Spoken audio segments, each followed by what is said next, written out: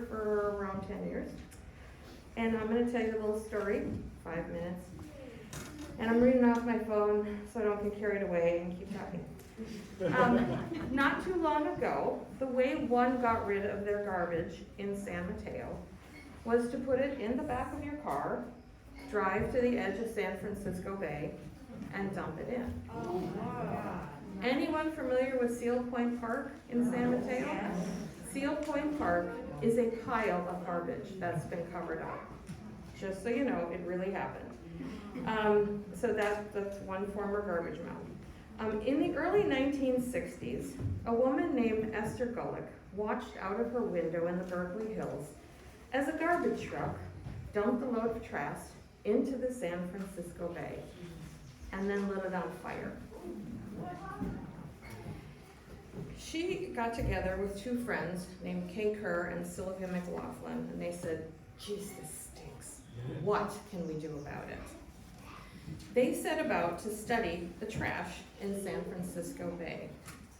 They made phone calls, they went to many, many meetings, they brought their friends. Meanwhile, in the 1940s, 50s, and 60s, a group called the Army Corps of Engineers was working on a plan called San Francisco Bay 2020. The bay is really rather shallow. 70% of it is only 18 feet deep. And they thought, what if we fill that up with garbage and dirt?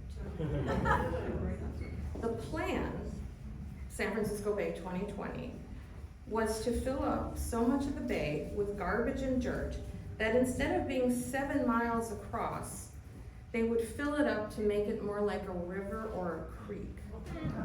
Narrow enough that you could throw a baseball across it. But where would they get that dirt? Well, partly from the garbage that was continued to be thrown in the bay, which was illegal, but it was still happening. So the Army Corps of Engineers looked around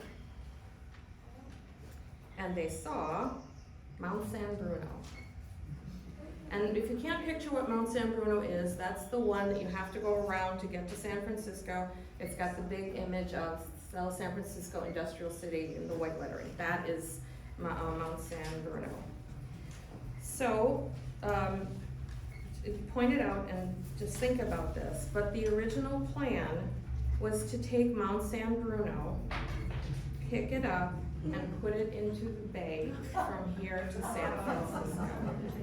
That was the plan. So what does this have to do with Earth Day? Esther Gulick, Kay Kerr, and Sylvia McLaughlin made phone calls. They went to meeting. They got others interested in joining together, and they formed what we know today as Save the Bay. And today, Save the Bay stopped Mount San Bruno from being shoveled into the bay.